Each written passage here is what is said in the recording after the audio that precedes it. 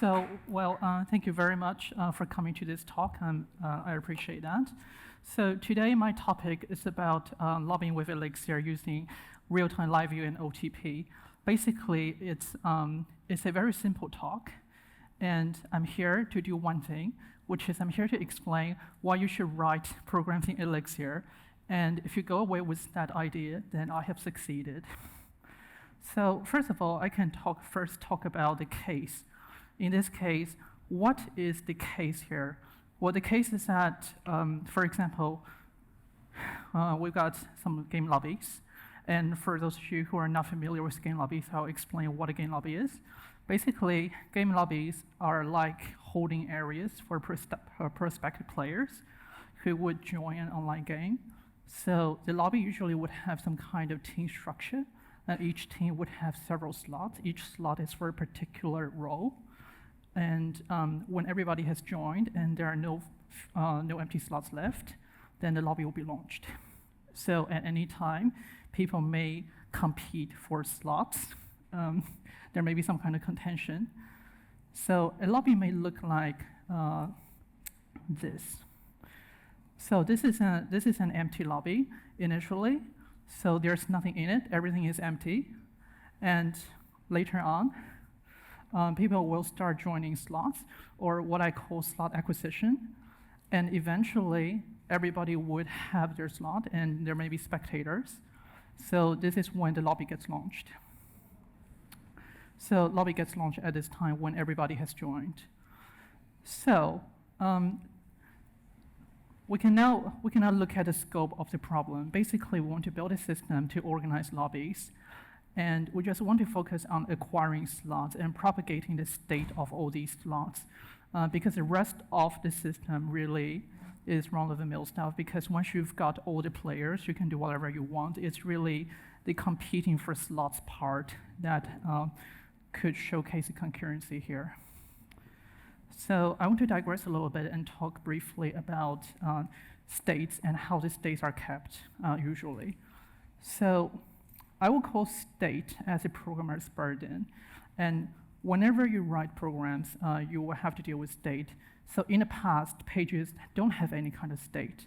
So, well, you look at a page, there may be a form, you fill out the form, click a button, you get another page, and that's it. So state is not persistent. And that was a good thing, but unfortunately or fortunately, it's no longer our focus. This is an example, so maybe you've got a form here and you're searching for something. Well, you click a submit button and then you get the results, and that's it, end of transaction. You don't have anything else that you need to deal with. So that's the old world. In the new world, you have a slightly different situation where essentially anything you interact with is like a client. So you just interact with distributed systems all the time. So for example, Slack. Slack actually is a web application. You may be looking at Slack and you see, okay, here's an application, but actually it's a distributed system and it provides you a glimpse into the shared state. And at the same time, maybe a lot of different other users are still looking at their Slack sessions. They may see roughly the same data, they may see different data. So our focus today is on propagating the changes. High-level structure then. So at the high level, back to the lobby problem. Essentially, you have two transactions. You try to get slots, and the system tells you if you've got a slot or not. Or the system may also tell you about other people who've gotten other slots. So slot request and slot update. Usually, in your application, you will build your system like this, where you get a load balancer, you get a bunch of servers behind the load balancer, and they talk with the same database. So in these cases, your state is stored directly in the database. Yeah, state is stored in the database only. So think about the slot request. When you file a slot request, essentially it goes through this path, where user files a request, goes through a load balancer, goes through one of its servers, and then goes through the database. And when the data is updated and you wish to update everybody, usually what happens is like this. So maybe each server has its own subscription because each user may be connected to a different server, and state is propagated this way to all the concerned users. Well, this is usually what happens. And so usually you will have several problems. Anyway, usually you would do some kind of serialization, maybe with a transaction if you're using a database. You may then ask the data store to notify all the other clients who have subscribed that there are changes. And once you've got the changes, you spread it out to all the subscribers on the servers. Well, because you won't subscribe directly to data store, will you? But sometimes that works too. So for example, in Postgres, you can do this. Yeah, Postgres has listen and notify. So maybe while you look at the documentation and you think, okay, we can use that. So you make a trigger function. In the trigger function, you say basically when the trigger is called, then send a notification with a channel. The channel name is basically lobby and then the ID of the lobby. And then you just grab the entire row and transform it to the JSON and then transform it to a string and send it out, basically spray from Postgres. And you add the trigger to the table. And in some other place, you would do, okay, update the lobbies and using this kind of syntax to update and try and get a slot. Or if you're using Redis, you may look at a pub sub document and you do something like, okay, in one process you p-subscribe, and then in another process, first set and then publish, because Redis doesn't give you key-based notifications by default because the authors think that it's going to be very slow for you, so it's not enabled. Anyway, whenever you do this, usually you hit some pain points. For example, well, the change may be made on one node, but since there's no way for one node to message another node about these changes, you end up having the data store do the notification stuff. And that basically introduces a single point of failure and also a bottleneck. Also, since now you're having the data store do the notifications, your data is now represented in two formats. One, the format used by the node itself, like a Ruby object, Java object, whatever object in your programming language. And another format is whatever format used by the data store. And then you have to do serialization, deserialization. And whenever there are bugs, usually they happen at the boundaries. So you end up with some kind of proliferation of technologies. That's really very annoying. So how can we wrangle this issue? First of all, usually you start with a single source of truth, but really this truth can be tiered by doing something like this, where you can hold in the server some additional information and just checkpoint it and flush it periodically to the data store. And any interaction with the state can just happen against that server. If you have a way, for example, if a request hits the first server, you know to route it to the third or the fourth server where the lobby is actually kept in the persistent process, and so on. This is why I would suggest to use Elixir for this kind of scenario, because you can do clustering easily. You can spread out your workload easily by swapping components. You can do data synchronization easily. You can communicate with the front-end page easily, with or without JS. Somebody called LiveView JavaScript-less, but it's just other people's JavaScript, which you don't have to write yourself. So in an Elixir-based system, usually you end up with something like this, and note that the data store is not abstracted and becomes a concern that only touches the lobby server. So basically, you get a supervisor, and under the supervisor, you put a lot of processes, and each process is responsible for one lobby. This supervisor, by default, runs on a single node, but you can swap it out with some kind of distributed supervisor, and make supervisors basically float the processes across all the nodes. So if one node goes down, they float to available nodes, and so on. And lobby channels. Lobby channels are basically held by the front-end page. So whenever somebody opens a page, the page tries to establish a channel against a certain lobby ID, and that informs the supervisor to either find a lobby server associated with a lobby within the cluster, or make one and spin it up and return the reference to that server. I think it'll be better for me to do a little demonstration. Hopefully it will work, so we shall see. Oof.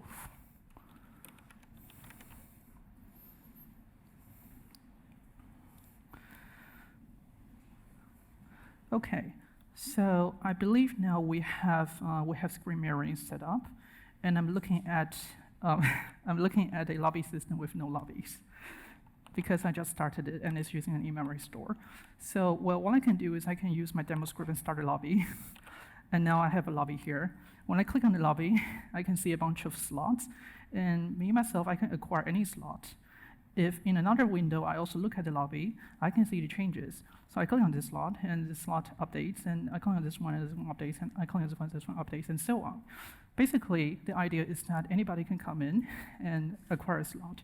Unfortunately, all of my friends are currently sleeping, so I have written myself a Elixir process, which gives me an imaginary friend. So here's my imaginary friend process. I've started a client. This client wakes up and looks at all the available lobbies, finds one lobby, and finds available slots, and identifies whether there are slots available. If there is something available, then it joins. So I shall make a few more clients and see how they behave. It appears that they join the slot sequentially, which is usually not a behavior you see in practice, but anyway. So now I have 11 imaginary friends and myself in a lobby. You should note that at this moment, you can see all the changes do not just happen against one window, they happen against two windows, meaning that the changes are synchronized. Okay, I shall start the service again.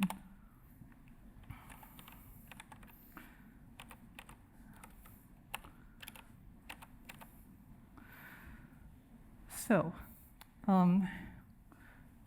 now I will show you how different technologies can be used to achieve the same goals. Basically, in this view, I'm using a traditional approach where I'm using a JavaScript client against Phoenix channel to do the synchronization and slot acquisition, passing messages and getting the updates and so on, and also logging chat messages. So in this window, though, I will use a different technology, which is LiveView. And in the LiveView technology version, I actually don't have any kind of chat or spectator support, but the basic idea is the same. So since there is still time, I shall dive into the source code a little bit better to show you how different versions are put together. So let's look at the first version, which is the pure JavaScript version. I think it'll be better if I do it side by side. So here's the vanilla JS, and here's the lobby channel. So look at the vanilla JS. Basically, as a page loads, I tell the controller, put a little secret object in the page, which is an encoded version of a token. So when a JavaScript client starts up, it can look at the page and find a secret thing, this payload, deserialize the payload, and get a token, and use this token to connect. Obviously, you have to do it yourself, which is very annoying, but here it is. Document query selector hash additional data, and that thing contains a token, which the JavaScript client then uses. This is, again, using vanilla JavaScript. Okay, so now I get a payload, so being cheeky, I remove the payload element. It really doesn't matter, but I remove it, and I make a socket. So since this socket is made by myself, it doesn't really know how to authenticate, so I have to pass a parameter which says, okay, here's a token, please, and log whenever something happens, and on errors, log an error, it connects. So that establishes a socket. And then I open a channel. Again, the channel name is built with the ID of the lobby, so it's passing in the payload. And then I register the presence. And then, basically, I'll fold this bit, and fold this bit. Basically, I tell the channel then, whenever there's a message called lobby, then I put a lobby in a local variable, and then I call update lobby, which will update the list here, and put the player's information in here. And then I update the spectator list, which is here.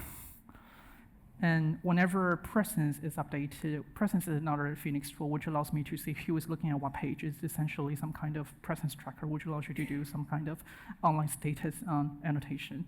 When presence is updated, then I update the presence list and I update the spectators. So once I've set up all the callbacks, then I join the channel. And once okay, I log again. If not okay, then I'm able to join, and so on. Then here I've got some other event handlers. For example, when I click on this slot, then I try to push a message saying I want this slot. And when I type something in the message composer for chat, then I send a message, basically, please insert this chat message, and so on. And I have a little bot here. I think this is no longer necessary. Yeah. So this is essentially how you do basically vanilla JS, but also do some kind of reactive programming, because First, you assign all the variables, and then you batch the views based on the variables. So let's look at the lobby update function. I think this is the only function I want to look at inside this client. Basically, it's, again, jQuery. So first, I don't have any players. If there's a lobby, then find the element. Again, I didn't actually catch this element. This is terrible, and you shouldn't do it. And then for each slot, I have saved the ID of the team and the slot on the data set, in the data set on each element. And then that allows me to grab the team and slot indexes. And then I resolve the player entity and find the information of a player, generate a little bit of HTML. And that basically constitutes the player tile. Or otherwise, if there's a player ID but no player, then something would screw up, so I log it. Otherwise, clean it up, because it means that the slot is not empty. So this is basically how the vanilla JavaScript version works. But now I want to compare it with the LiveView version. So again, Phoenix LiveView, I think, is a very good and suitable technology for this. Yeah, this is a lobby channel, which is a backend component that complements the front-end JavaScript client. So essentially, you get the messages and react on the messages, and it interacts with the persistent process. But we don't have to look at it right now. Let's look at the LiveView part. So this is Players Live. This is a LiveView module. The LiveView module is embedded into the page using certain functions. Basically, it tells Phoenix LiveView, hey, here's a LiveView. First, render whatever it should look like without a connection. Then, upon establishment of a connection, render the thing again, but with a live backend process backing it. So in a LiveView module, well, if connected and I subscribe to any lobby changes, otherwise I don't subscribe because it's just an unmounted, basically disconnected mount, which means that the process won't stick around anyway. Then I assign everything to the socket, which is essentially LiveView assigns, and I assign the players by building a players list and wrap it in an OK tuple. When I get a lobby update message, this is from the data store. Then I update the lobby stored in the socket assigns, and then I rebuild the players list and say no reply because it's an information message, so no reply needed. When I get a join event, well, find out which team and which slot the user wants and try to join. First, find the server, then try to join. But I actually don't care whether the join succeeds or not, because no matter what happens, if a join succeeds, the server will update the data store. And through data store, I'll get the lobby updating message where I can do my updates anyway. So I don't really care about that. Then in the lobby module's player IDs, because the lobby data set just keeps a list of player IDs. The first tier is a list of teams, and then the second tier for each team, a list of player IDs, one for each slot. So I have to kind of hydrate the player IDs to something that actually contains information like the name and the avatar URL for the players. So then I build the players with the lobby ID and the player ID. So a bunch of housekeeping functions like, okay, here's the player ID, grab the actual user, grab the information, otherwise try and see if I botch it somewhere else and then grab it from the botch. This is to support the ephemeral user function that I just showed where I can add more clients, because in these cases, they actually aren't in Steam. So the LiveView front end, though, is rendered by calling LiveView. LiveView render a template here. So I show you the template. The template looks like this. It's very simple. So here's a div. In the div, for each team, render a card. For each team's slots, for each slot, well, do the following. First, find a player for that slot. If there's no player, then put an element here, but allow it to be click and send a join message on click. And when clicked, send the team index and slot index as the parameters with the message. Otherwise, just show the user, don't take the clicks because the user's already there. You can't do anything. So yeah, that's basically it. So now we've seen that. We can now go back to the lobby channel and the lobby players live and compare the two. I think it'll be good to do it side by side.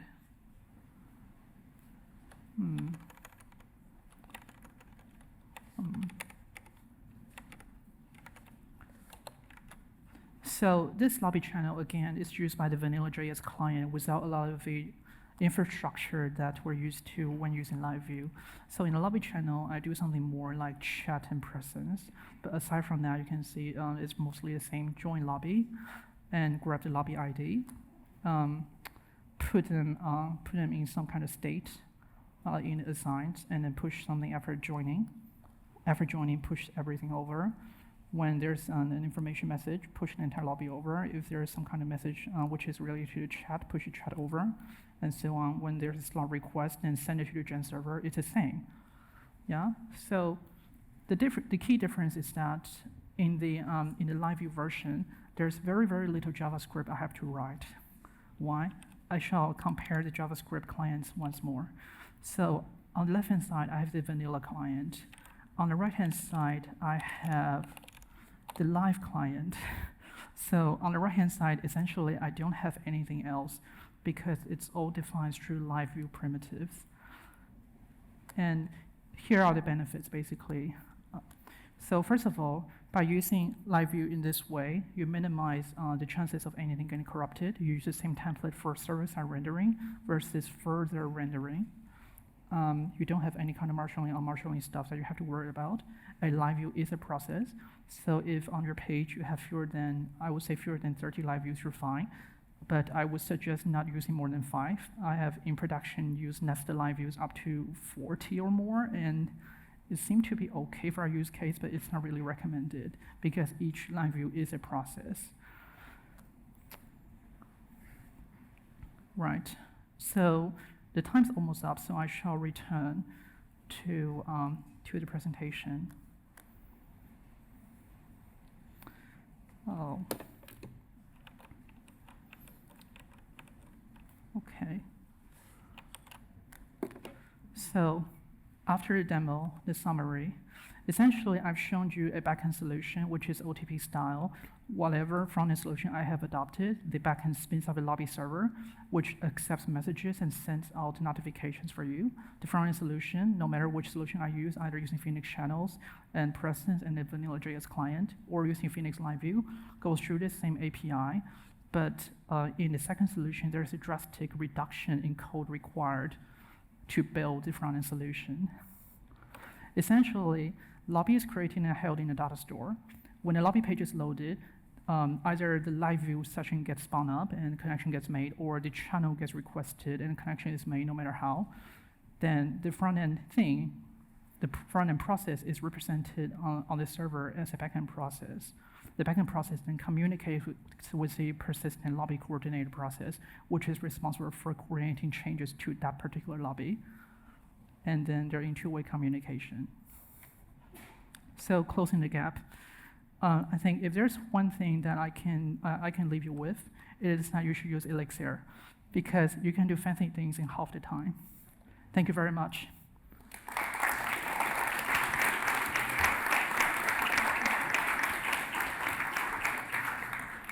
Thanks, Evadne. We do have time for one question, or maybe two.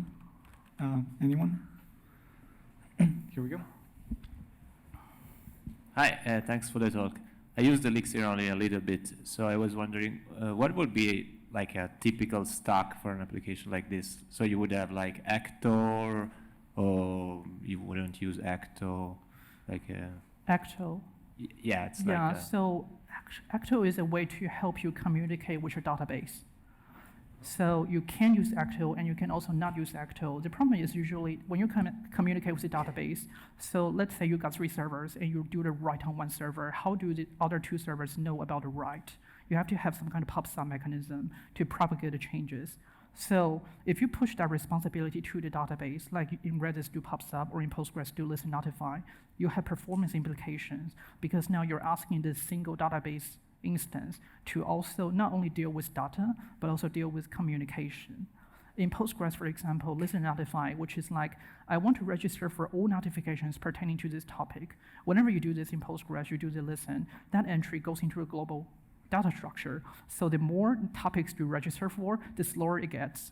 And I'm not too sure about Redis, but I think a similar thing happens as well. So if you move the communication responsibility outside of the data store, and instead you do it in some kind of segmentable or shardable manner, where since lobbies are not interdependent, meaning what happens in one lobby doesn't affect another lobby, you can have you basically have natural boundaries.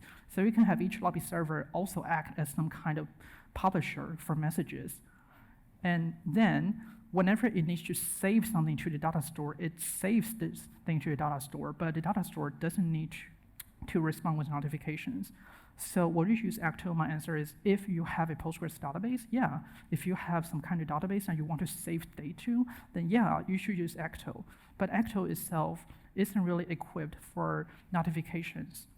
So Acto is an abstraction layer allowing you to interact with the database. But underlying Acto, you have adapters, like Acto adapter for Postgres, Acto adapter for MySQL, etc.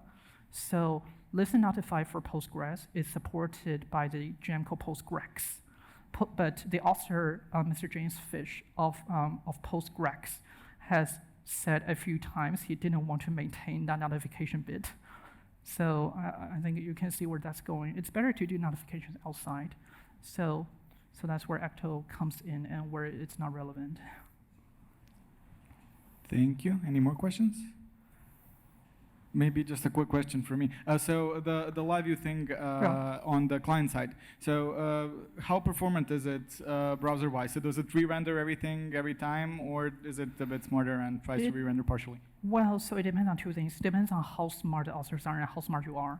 Because I believe LiveView in itself renders in a way where the templates are compiled into dynamic and static parts. So if you have a template which is very simple, like hello world, my name is, and the name, and you change the assigned name, then only that bit is replaced, which is fine. But if you have a nested data structure, then it gets more complicated. You may send more data down the wire. I believe they're optimizing.